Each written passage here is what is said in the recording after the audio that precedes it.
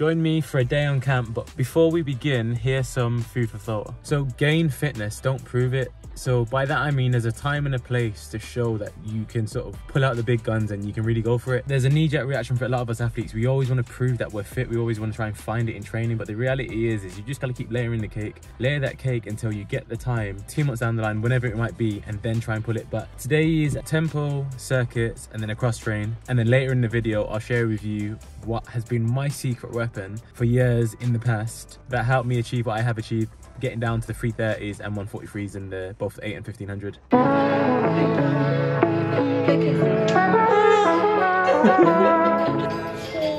Say good morning. Good morning.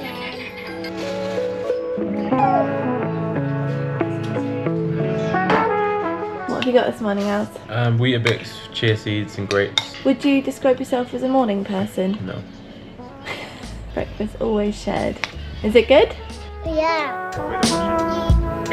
Sort of.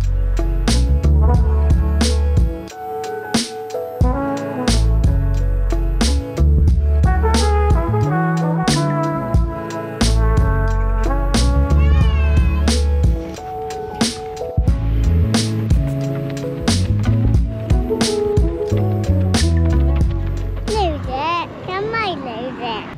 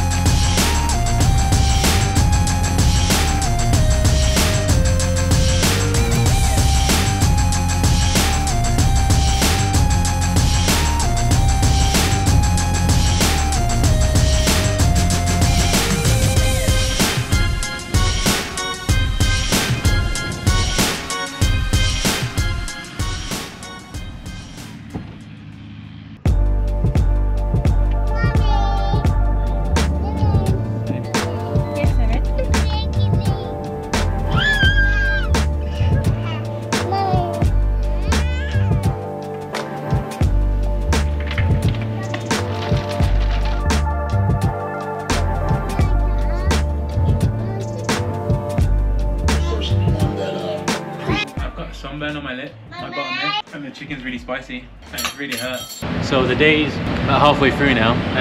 Tempo this morning, now we've got some circuits, and then after circuits we'll do a 30-minute cross train, and then might do the ice bath, might not, and then we're going to pace down this evening. So time for some circuits now. Here's one. How do you tie your shoelaces?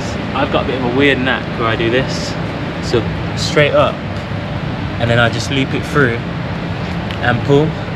But only because when I'm tired and I'm fatigued and you've got that lactic burn, to undo it, I'm already done, I'm out then.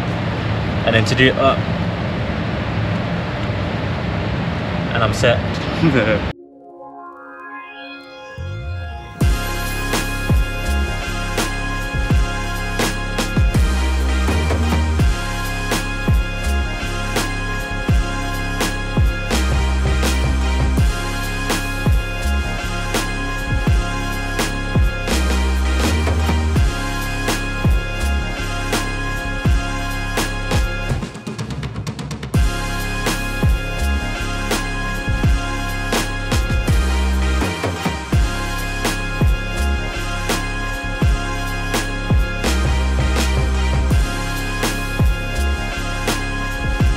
Okay, circuit's done.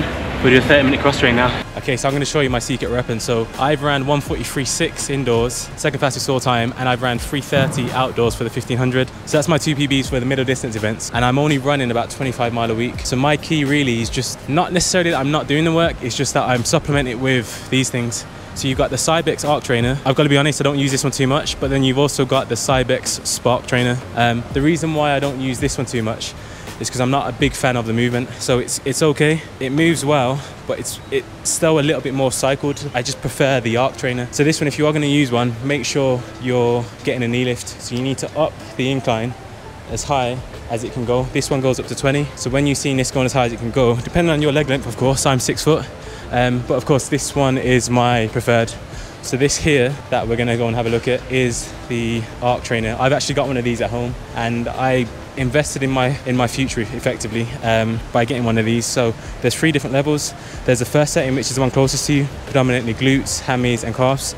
Next one is more quad, and then the third, which is the one I use, is the more glute and quad based. So essentially my keys in fact are hips forward, shoulders down, getting full extension through your leg. So in theory I like this because you can use your arms. If you've got bad genetics like me, then you're screwed. So I have to be able to use my arms, and just being on a normal bike doesn't do it. It also simulates running. So my key is always hips forward, shoulders down, and getting full extension. It does look a bit weird, and then you almost get that full running action.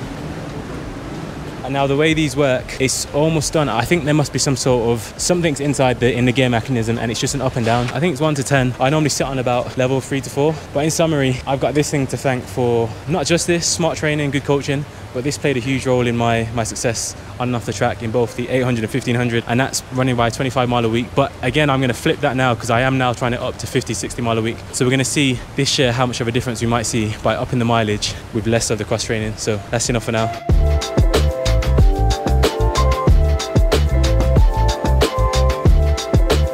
We're 29 minutes in now, almost finished, and the day's almost done. It's done from a workout perspective. Next step is to jump in the ice bath. 10 minutes in there, almost finished. I'm just not willing to rest. I remember when the kids went in the pool the other day and the eyes just came out really bloodshot, and I just can't guarantee that it's going to be safe to go in, so I'm just going to come back tomorrow and use it before the session on Thursday. Just getting ready for dance time trial. Weather's not helping.